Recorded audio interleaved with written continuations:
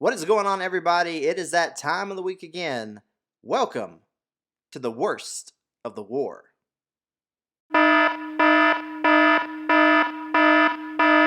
And before we get started, make sure you hit that like and subscribe button here for World Championship Wreckage. We love going in depth, covering all things from the classic NWA days, WCW, and coming soon content for the WWF, TNA, and ECW. So make sure you like and subscribe here to World Championship Wreckage so you can get all your nostalgia needs in the world of professional wrestling. So on today's episode, we are going back to 1999 in a feud that hits close to home for me because for the blow-off match, I was actually there.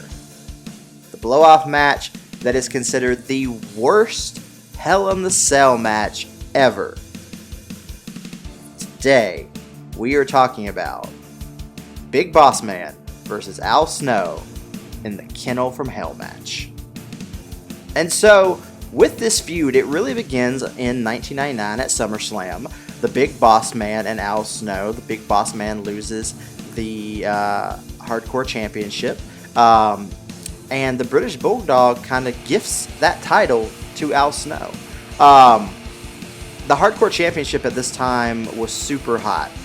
It still to this day has such a fandom and a love for it. So much to the fact that when WWE in the last several years introduced that 24/7 title, that fans were irate over it and everything. Because it's like, let's take this classic, loved, almost cult classic title and just throw it in the trash with the 24/7. But that's a whole other episode for a different show.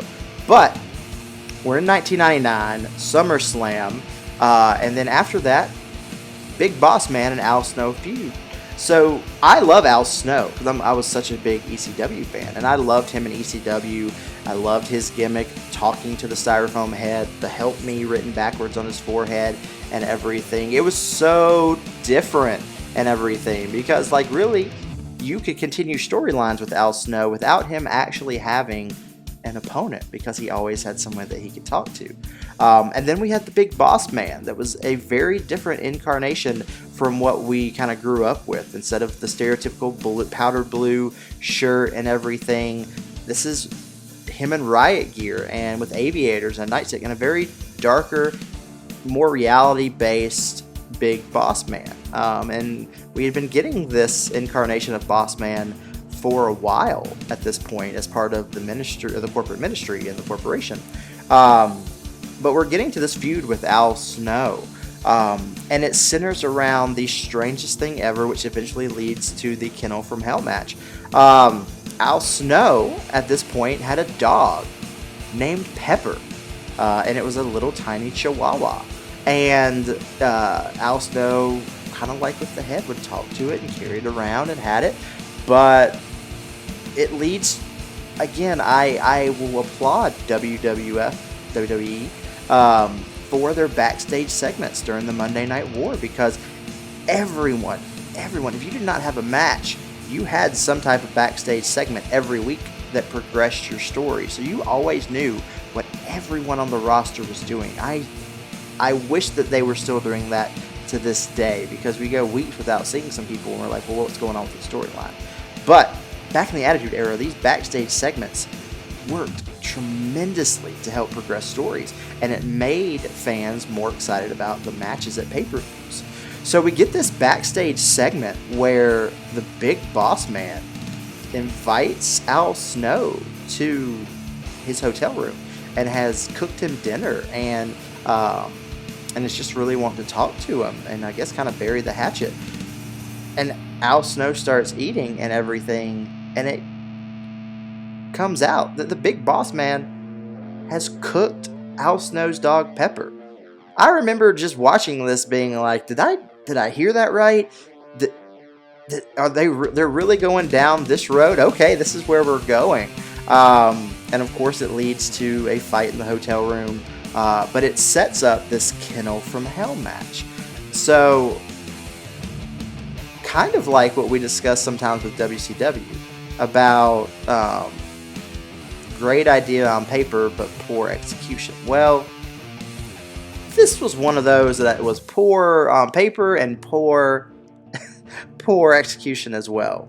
So the whole idea was that you have the classic old school blue cage from WWF, and then you have the Hell in the Cell over that.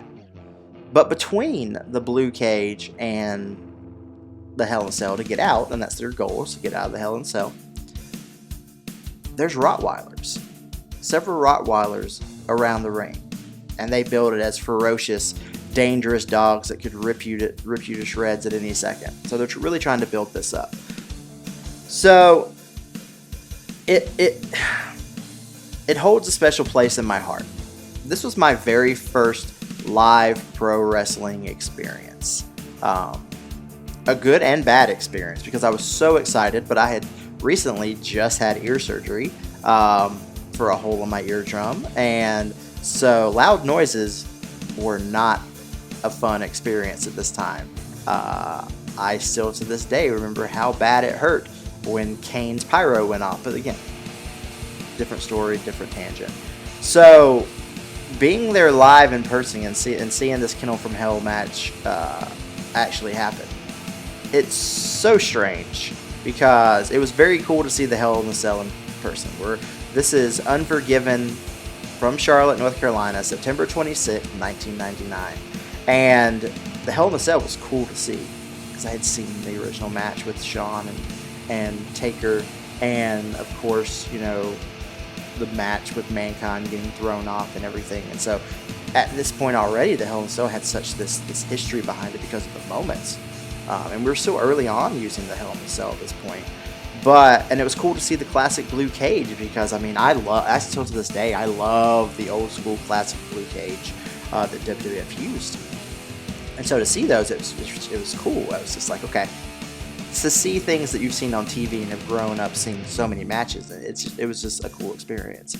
But we get to the actual match, and the first thing is the dogs. I mean, the dogs are the big fumbling point to this match. The Rottweilers have handlers, and so they're in there on the cage as well. The dogs are frightened as can be because of all the noise in the arena. So much to the fact that they do their business all around the ring, and the arena smelled horrible for the remainder of the night. So experience this live and everything. Like, I have to laugh and I have to chuckle anytime someone brings it up, and if I'm on a podcast and it brought up, I always have to throw in my caveat of like, hey, I got to experience that live, because it was a sight to see. But it is highly regarded as the worst Hell in the Cell match ever done. But if you have not watched it, go back and give Unforgiven 1999 a watch. Watch the Kennel from Hell match, and you'll understand why it's a topic here on The Worst of the War. And thank you guys again for joining us for another episode of The Worst of the War. Make sure you hit that like and subscribe button here for World Championship Wreckage. We have so much content. We try as much as possible to get at least a show out a day. Sometimes personal reasons and life and everything kind of gets in the way, but we're trying our best. We've got new shows coming down the line. We've got our amazing shows that are already on board. We've got our flagship show, World Championship Wreckage, where the Will Gray from Box Spots and Share Shots and myself discuss a topic every week that you fans vote on. And you can follow our Twitter, WC Wreckage Pod on Twitter, and that's where you can vote, or our TikTok. I believe it's the exact same handle. Make sure you follow us. That way you can vote in the polls for that flagship show. We've also got PWN Reacts, where Mr. B-Roll from Cole TV, who is a new wrestling fan, is watching a lot of WCW content for the very first time and giving his reaction, so you get a fresh set of eyes watching WCW. We've also got Back in the Day, also from Cole TV, XLJ the OG, where he goes in depth looking at old school WCW magazines, merchandise, feuds, storylines. Love this content that he is putting out, and he is knocking out episodes tremendously. Like, I can't thank him enough for how much work he has put into Back in the Day. We've also got Icon, rotating hosts, either Husky Rhodes or from Texas All-Star Wrestling, the Bionic Silverback Nate Slater, where they look at key moments in the career of Sting, and that show is called Icon. And then we've also got character creative writing from our buddy and producer for World Championship Wreckage, Jay Knows Wrestling, where he goes in depth at the kookiest, most out there, strange, forgotten characters and gimmicks that WCW and the NWA had to offer. So make sure you hit that like and subscribe button. We love the support. Thank you guys so much for the love and support that you guys have already shown us. We've got a lot coming down the line. Keep a lookout. Have a great day, guys.